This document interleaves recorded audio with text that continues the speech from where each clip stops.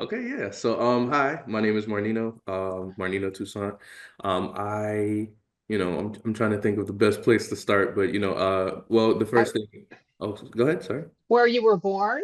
Yeah, okay. So where I was born. So fun fact, I was born in Miramar, Florida. I currently live in Atlanta, Georgia, though. I, this kind of like the full circle moment for me is when I was like a student in school, nothing interested me. I hated everything. I was that Hmm. kid, I was like, let me go to school, let me go home. Like I don't need to do Yeah. activities, anything. And then like around in high school, I kind of like discovered a love for music, and with that, also discovering like a love for poetry and things like that. And so, from that point on, I've been like obsessed with the idea of making like opportunities for music for people. So, like a cool story I like to tell is so I remember senior year. This is you know. I look young, but a couple, about a decade ago now. I had a friend, and he also was like in love with art and all of those things. And I was like, "So what are you doing after this?" And he's like, "Oh, nothing. I'm getting a real job." And like that kind of put like this battery in my back, where I was like, "Okay, you know what? No, I want like to show that like people who are passionate about this thing, it can be a real job. It can be something you live off of and you eat off of, and you get to do the thing you love and feed your family as well." So for the last 10 years of my life, that's been kind of my mission is just making art a real opportunity for myself and for others. Um I moved to Atlanta. I moved maybe 3 years ago for a work opportunity, but also like the opportunities here. But with that, I created First House, which is where this grant comes in, First House Media. And long story short, I wanted to create like a space for a space for artists to like, monetize their work and also to for audience to see it. But also it came from seeing Tiny Desk, right? So I'm also part of a band. They're called Purple Flux, and every time we would perform, people would come and they're like, "Oh my God, this is so amazing! How did you do this?" Like, and like other artists would almost kind of come like yearning for that same feeling. Because I will say, like, I don't know if you all have ever seen a live band play, but it's an experience, and like to actually be in it, it's also really good. So, hearing that all the time, and then also like watching Tiny Desk and realizing that like artists have so much skill, but they don't have like that kind of access to be able to like, let me put on this level of a performance. I was like, you know what? Let's take away the gatekeeping. I want everybody to have an opportunity to put on a performance at this level, and be able to show like their artistic skills. So I created First House, and have been essentially with a small team, been putting shows together here in Atlanta, in South Florida, Miami, and also in Dallas. We're from Dallas. Really? Yeah. Well, like that's awesome. Yeah. You can come here. I would love that. Yeah, so it's funny. Dallas was a new addition. Like a really great opportunity just came up. Last year, literally the last months of the year. So we're working to kind of bring that back there. But when putting the grant together, I was so again like I'm from Miramar, Florida, so that is a city right outside of Miami, and there are no Fort Lauderdale shows. And also like Art Prevails Project is a nonprofit that I used to work with, and like I believe in what they do a lot. And so doing this grant, I was like, you know what? I think it's time to bring some of these shows to Fort Lauderdale, and also like to partner with, you know, personally my favorite nonprofit down there. Like, and that's coming from somebody who worked with them. Like, so I got both sides. I got the audience feeling, and I got like the employee feeling. And so that is how we got here. Yeah, I have people. I know people who live like in Davie and Fort Lauderdale and stuff like that around that area, and they just talk about how nothing ever comes to Miami. They're like, this is a major city, a major metropolitan city, but it's just because it's just so far out of the way. Exactly. Everything just kind of just avoids. It's like this big circle, like yeah, think of like the oval of where everything like goes in the United States, and Florida, that part of Florida just sticks outside that little oval, and That is it's That's absolutely. It's funny because like Coming here, right? Like, so I think I've told people I believe it's the train thing, like, right? Like Atlanta has a train, not that it's a great train, but Atlanta has a train, New York has a train. I don't know about Dallas actually.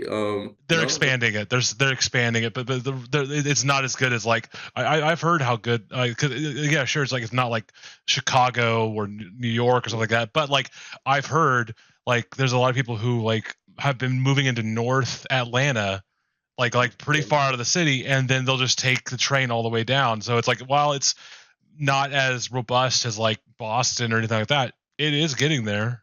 Yeah. Yep. So That's and so yeah, Florida, we didn't have that. And so Mm. I don't fully blame people. I don't blame Yeah. people because it's like, and then the other thing is like, right, Miami is the big city, but Fort Lauderdale exists too. And so people are to get these opportunities, they have to drive 40, 50 minutes and there's no train that's gonna well, now they have the tri-rail, but I that's new. I don't know how that goes, but you got to spend a lot of money, and Uber is going to be upwards of $50, Mm. things like that. So that's kind of like the new thing. Kind of like where I'm at, Art Prevails. Like there's a lot of different organizations where they're like, yo, it doesn't make sense for for us to be this big of a city and nobody is like Mm. looking at what's happening here Mm. in the artist world. So What inspired you to get involved in music? Was it a teacher or was it a family member or a yeah, friend or? so there's like two parts to that. Like so like I said, it's music and poetry that both kind of Mm. like share my heart. And like I remember first thing is ninth grade, right? So like I tell people this, they don't believe it, but so I was or in nature, I believe that I'm like an introvert. Like, right, like I was You're an such a, introvert, you know, yeah. Uh-huh. yeah, but maybe not, but at that Yeah. time, like, I Yeah. felt like, I was a very like alone kid and I had a friend and he invited me to what was a cipher in the school, right? And I see like a bunch of guys that's all by what they call the bus loop and they're all like just rapping and sharing things. And I saw this and I was like, oh man, I love this. This is fun. Like, and so the first thing I go back and I do is I go on Google and I steal I steal like a rap offline and I like memorize it and I'm like, I'm gonna go and I'm gonna do this. And I go and I do it and like it gets all exciting and I'm like, oh wait, this is actually really fun. And so I started learning how to do it myself. Then fast Mm. forward to I think it was my senior year, yeah. There was a teacher who um who knew I was doing that. And she's like, you know what, I want you to come to this poetry slam and I want you to like do your thing. And my first answer was like, no, I'm not doing poetry, never. Right. Like, and so fast forward, I had a little high school heartbreak situation. And so I write Mm. like a love poem and I go and I do this poem at a poetry slam with the help from this teacher. And I end up winning the poetry slam. And Wow. yeah, and so through that,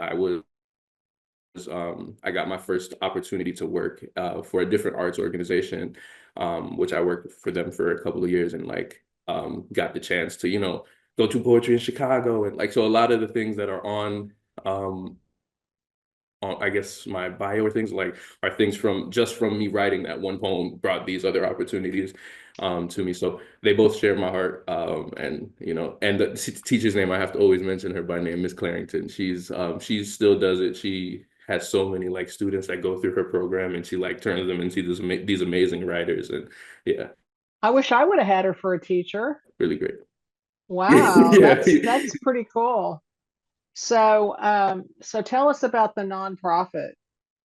Yeah, so Art Prevails Project. I So think I spoke to the director because I yeah, was just trying to track you down. yeah, he told me. It's funny because that's how I found out. He sent me a message. He's like, "Hey, you got the grant. They're looking for you." And I'm like, "Stop lying, man."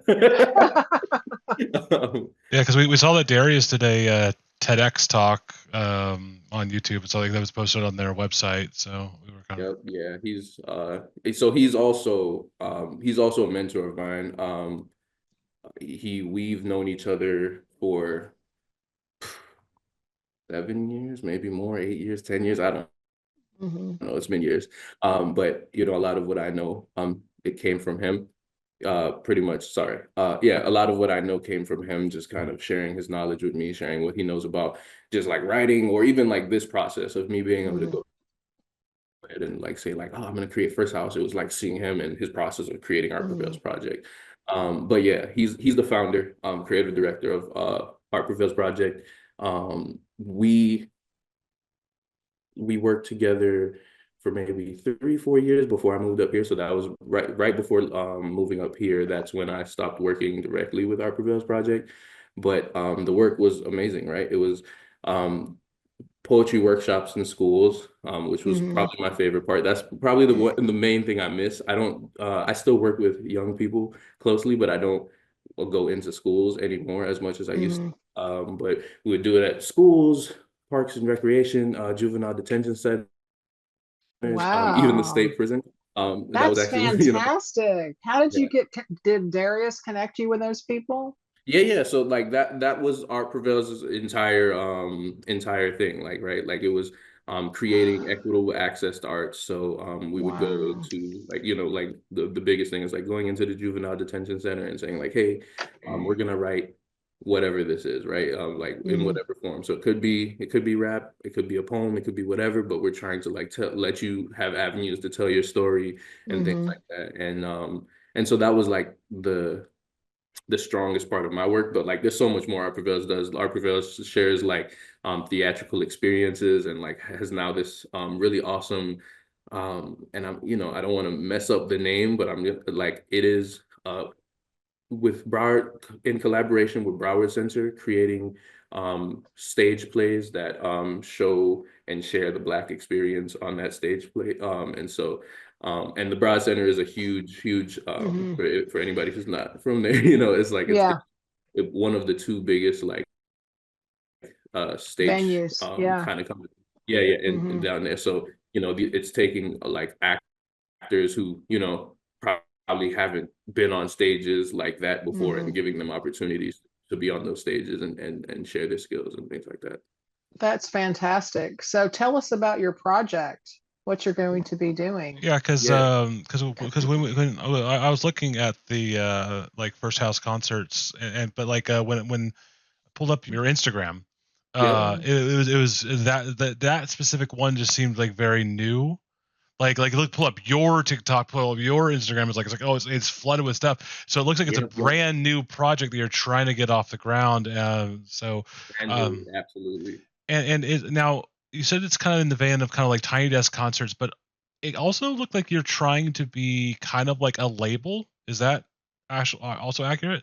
Yeah, so it's, you know, the it's growing in that direction, right? Like that wasn't Mm-hmm. an intentional thing, but because the biggest thing is just resources, right? Like for and I think that's the challenge, right? Because labels are limiting to it's like this Mm-hmm. is just for you who's on Mm-hmm. this roster. But the idea is you know, we have so let me backtrack. Yes, this is a new thing. This First House was officially created has it only been 1 year? Last January, yes. Last January is First House Media. So new in that way, but had like a really like awesome year of doing like a couple of shows in those cities. The idea was actually not originally the First House concerts. Those are just the things that started to have like a lot of energy around it. But it was just the idea of like having more resources for artists that are like affordable. So for example, it's like this artist wants a video, but video people like, and understandably so, videographers, they deserve everything they're asking, Mm-hmm. but you know, as an artist, just you want a video done, it is $1,000+ you want like some artwork done, it's $1,000+. Everything that Mm-hmm. starts, you want promotion, and so everything starts to add up, and then there's nothing actually left for you. So it's the idea that it's like, okay, we are a full service media company that is going to work within the budget of artists and people that, you know, that's fair and possible. You know, and Mm-hmm. that's the biggest thing. So that was the original intention, and then the First House concerts became a thing that people gave energy around it. So now in each of these cities, we bring 3 artists to the concert, give them the high level videography, high-level sound, partner with a small business in the area where the concert happens. So we kind of transformed, like it could be anything. So my favorite one so far is there's a co-working space that we've done this with, and they're really cool because they do a lot of the work. Like they're really on board and they're like, no, we're gonna do it. So they change the lights in there and they kind of create this ambiance, and people come in, and it becomes literally a concert experience. Where the biggest thing also sharing is a lot of places, and this is coming from me as an artist, use artists to bring people in the building. And it becomes more about like my success as the event more than it is your Right. success as an artist, right? And so the biggest thing was like, instead of saying like, and I understand it. If I bring 20 people out and say you all get 3 minutes to perform, and all of your audiences come, I'll probably get 300, 400, 500 people in the building. However, if I say I'm gonna bring 3 people out, you all get 25-minute sets, and like we're gonna do the work to get the people in the building. Now it's like you actually have an opportunity. 3 minutes isn't a lot of time to show who you are, but 25 minutes you can actually put together a substantial performance and things like that. Yeah. So is this what your project's going to be with in Yes. Florida? Yes. Okay. So, and I had questions about that, but like the original intention, because of the collaboration with Art Prevails Project, because Art Prevails Project is a Fort Lauderdale based organization, we said we're gonna do that. But we're gonna actually, so First House has been, for the last 9 shows that we've done, has been completely focused on the musician as the artist. And so leaning into Art Prevails' poetry aspect and things like that, and saying we're going to bring these concerts to Fort Lauderdale, collaborate with Art Prevails to bring some poets into this as well, and then also record these performances and put them on it. That's wonderful. Thank So you. what's your timeline? So yeah, that one of the questions I had. So I was wondering, so I know in the grant application I said March, said November. I was wondering level of, yes. March is gone. Yes. Yeah. So I was wondering what level of like flexibility there was with the timeline and things like that. We're flexible. I mean, we didn't get the people you guys chosen until like 3 weeks ago. Yeah. So I mean, it took us a long time to go through, and then we had to get another judge because we had too many applications, and that took time. So how soon do you want to get started? I would like to get started in, like, given now, May, probably just for some pre-planning. Right. Yeah. Pre-planning would be good. Okay, that works. Yeah, okay. Definitely send something. Yeah. All right. Well, thanks. It's great to meet you, and I look forward to meeting you in person. Nice to meet both of you. Okay, you take care. Bye. Bye.